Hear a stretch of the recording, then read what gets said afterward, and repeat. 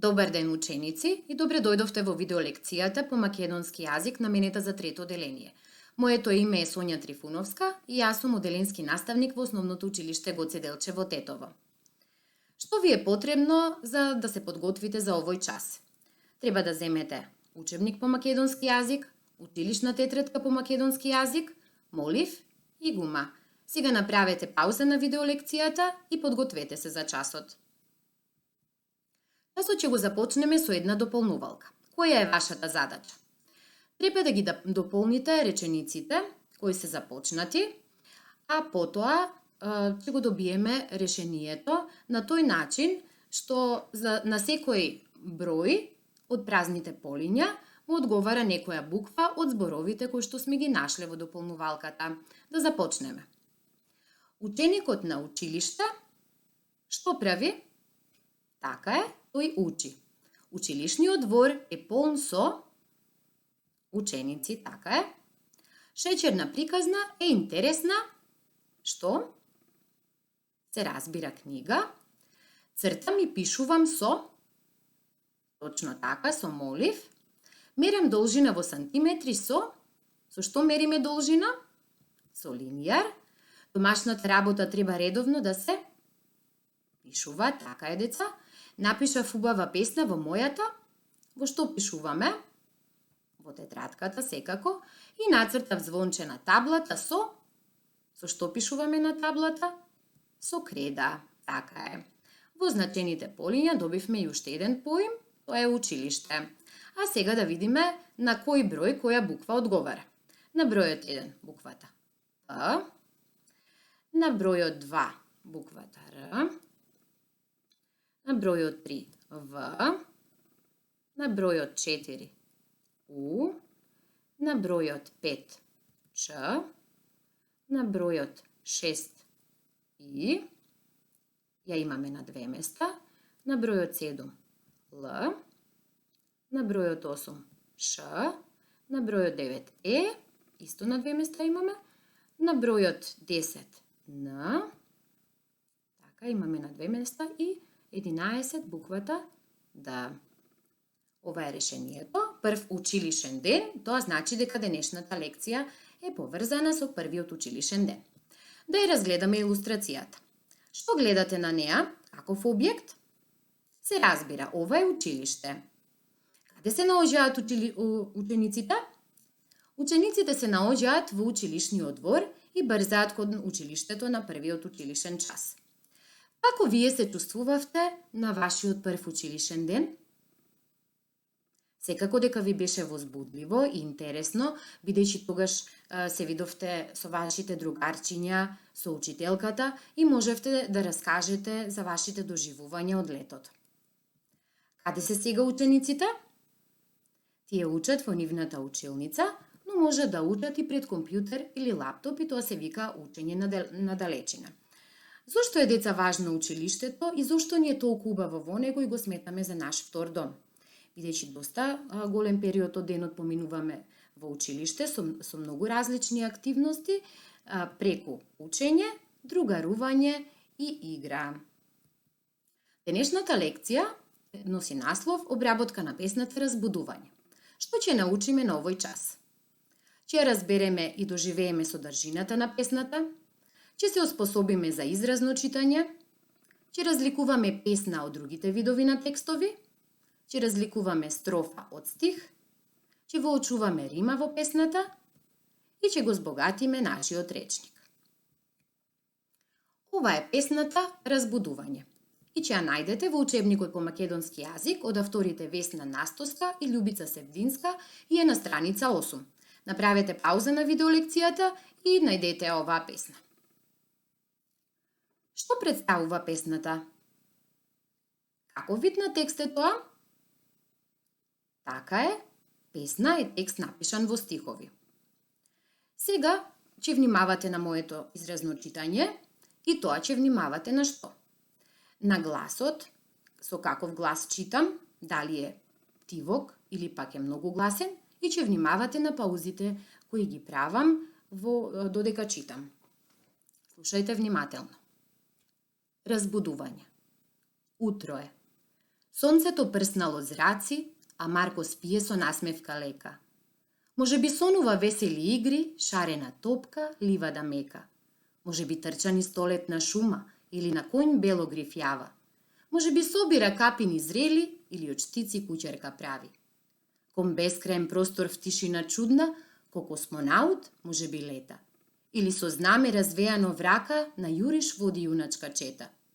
Може би фатил зајаче сиво или се капе во бистра река. Утро е. Мајка му тивко го буди. Станувај, Марко, школо те чека. Какви чувства разбуди оваа песна кај вас? Сигурно дека многу убави чувства, бидејќи и вие сте се нашле во улога на Марко да бидете возбудени и радосни за време на првиот училишен ден. Пред да продолжиме понатаму, да ми кажете кој е насловот на оваа песна? Така е, наслов на песната е Разбудување. А како се вика авторот кој што ја напишал оваа песна? Авторот на оваа песна е Бистрица Миркуловска. Авторите на песните се викаат поети. Доколку е машко се вика поет, а ако е женско, како во нашиот случај, се вика поетеса. Сега да видиме кои зборови се непознати во оваа песна. Јас издвоив неколку. Например, зборот лека, потоа зборот столетна шума, конј белогрив, штици и зборот чета. Сега имаме една табела со непознати зборови. Вие ќе направите пауза на оваа видеолекција и ќе ја нацртате табелата во вашите тетрадки. И ќе продолжиме со објаснување на зборовите. Зборот лека значи лесна. Столетна шума значи стогодишна шума.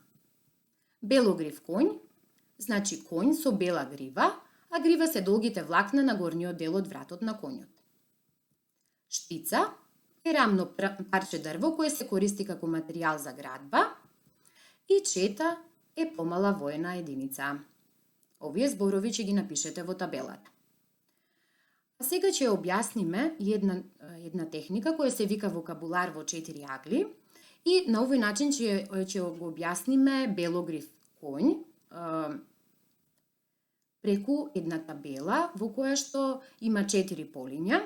Ќе ја нацртате во вашите тетрадки, секако ќе направите пауза на лекцијата, па ќе продолжиме понатаму. Во горниот лев агол ќе напишете белогрив конј, значи зборовите кои ги објаснуваме. Во долниот лев агол ќе најдете каде се споменува белогрив конј во песната и ќе го препишеме тој дел. На конј белогрив јава. Потоа, во горниот десен агол ќе напишете реченица во која ќе споменете белогрив конј. Не е воопшто тешко. Дали сте готови? Еве ја и мојата реченица. Еден белогрив конј трчаше низ ливадата. И во долниот десен агол ќе нацртате еден белогрив конј. Како овој, например. Сигурно дека завршивте со задачата. А сега ќе читате вие, но пред да почнете со читање да се потсетиме дали внимававте како читав јас. Каков беше мојот глас при читањето? Не беше ниту многу тивок, ниту гласен, туку беше умерен и секогаш треба да правите паузи кога има интерпункцијски знаци, кога има точка, поголема пауза, кога има запирка, точка и запирка, две точки, помала пауза и на крајот од песната го имам интерпункцијскиот знак извичник, значи тука треба да го подигнете гласот. Направете пауза на лекцијата и изразно читајте. Продолжуваме понатаму со разговор за содржината на песната. Сега јас ќе ви посочам неколку прашања кои треба да ги препишете во вашата тетрадка и потоа да дадете писмен одговор. Тоа се прашањата. Што замисли кога ја прочита песната? Што мислиш? Зошто Марко спие со насмевка? Каков сон сонува Марко? И зошто мајка му го буди Марко? Сега, напишете ја задачата и ќе продолжиме понатаму. Продолжуваме. Да видиме сега, како одговоривте на прашањето? Што замисли кога ја прочита песната? Секако дека го замисливте Марко како спие во едно сончево утро. Што мислиш зошто Марко спие со насмевка? Марко спие со насмевка бидејќи е радосен и возбуден за првиот училишен ден. Каков сон сонува Марко? Марко сонува сон во кој игра со топка, трча низ шума, јава на конј, собира капини, прави кучерка, лета како космонаут, води јуначка чета, фаќа зајаче и се капе во бистра река. И зошто мајка му го буди Марко? Како одговоривте вие? Мајка му го буди Марко затоа што е утро и време е за училиште. Сега да се потсетиме на поимите строфа, стих и рима. Што е строфа, а што стих? Целината во која има повеќе стихови се вика строфа. А стих представува еден ред од строфата. Од колку строфи е составена песната, или колку целини има, ова е првата строфа, ова е втората строфа и третата строфа. Значи, песната е составена од 3 строфи. Од колку стиха е составена првата строфа?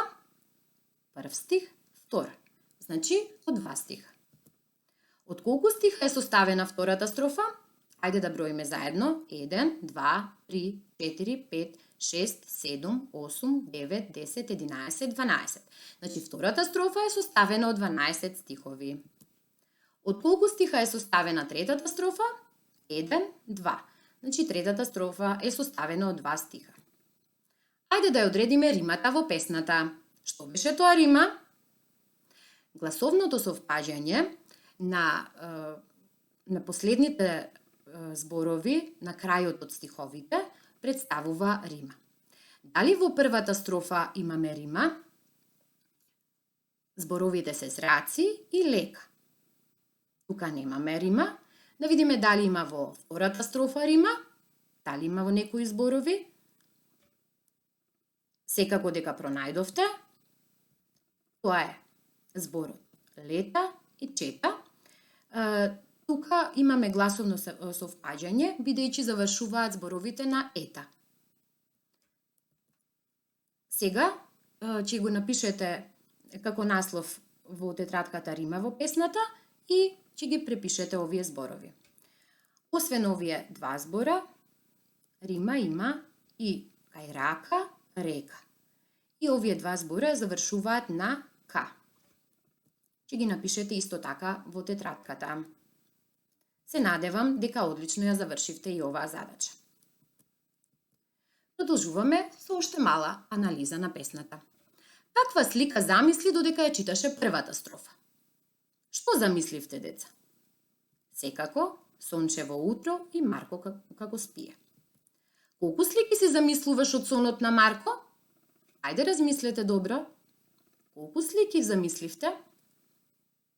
Еве, ќе одберам и јас неколку. Игра со топка, трчање низ шума, јавање на конј, собирање на капини, правење на кучерка, летање како космонаут, водење на јуначка чета, фаќање на зајаче, капење во река. А каква слика си замисли додека ја читаше последната строфа? Ајде да ја прочитаме уште еднаш. Утро е. Мајка му тивко го буди. Станувај, Марко, школот те чека. Секако, тоа е разбудување, односно мајката го буди Марко за училиште. Која слика најмногу ти се допадна и зошто? Која слика, деца, ви се допадна? Мене ми се допадна сликата кога Марко лета како космонаут. А зошто ми се допадна? Најверојатно затоа што ми е интересно кога можеме да летаме со некое превозно средство. Сега имате задача да ја нацртате таа слика што најмногу ви се допадна. Еве и мојата слика. Да видиме што научивме на овој час. Ја разбравме и доживеавме содржината на песната. Се оспособивме за читање со умерен глас и со почитување на интерпунктиските знаци. Научивме да разликуваме песна од другите видови на текстови. Научивме да одредуваме строфа и стих во песната. Воочивме рима во песната и го збогативме нашиот речник. И домашна задача за вас. Изберете неколку стихови кои ви се наинтересни и научете ги изразно да ги рецитирате. Потоа направете видео снимка како ги рецитирате стиховите и испратете ја на вашиот учител или учителка. И втора задача. На следниот линк решете ги задачите од интерактивниот наставен лист за обработка на песната Разбудување и откако ќе го решите, испратете го преку електронска пошта на вашиот учител или учителка. Ви посакувам успешна работа. До гледање, ученици!